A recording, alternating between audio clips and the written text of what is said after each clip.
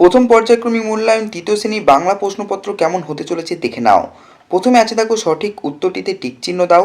প্রথম প্রশ্ন, চাষির ছেলে ফসল কাটার পর তা দোকানে হাটে না বাজারে বিক্রি করে। নেক্সট প্রশ্ন, শিকারী বাঘকে খেতে দিয়েছিল মাংস, ঠান্ডা জল না চা। এখানে ঠান্ডা জল উত্তর হবে এবং এখানে সঠিক উত্তর হবে হাটে বিক্রি করে। এরপরে প্রশ্ন, শিশুটির সব ভাবনাই বেহিসাবি।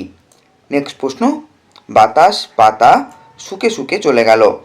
এরপর আছে দেখো এলোমেলো বর্ণগুলিকে সাজিয়ে লেখো। এটা হবে চিৎকার, এটা হবে পরিশ্রম, এটা হবে সারাদিন।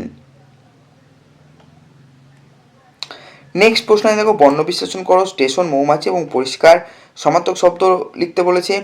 জল থেকে শরীর হয়ে যাবে, বন্ধু থেকে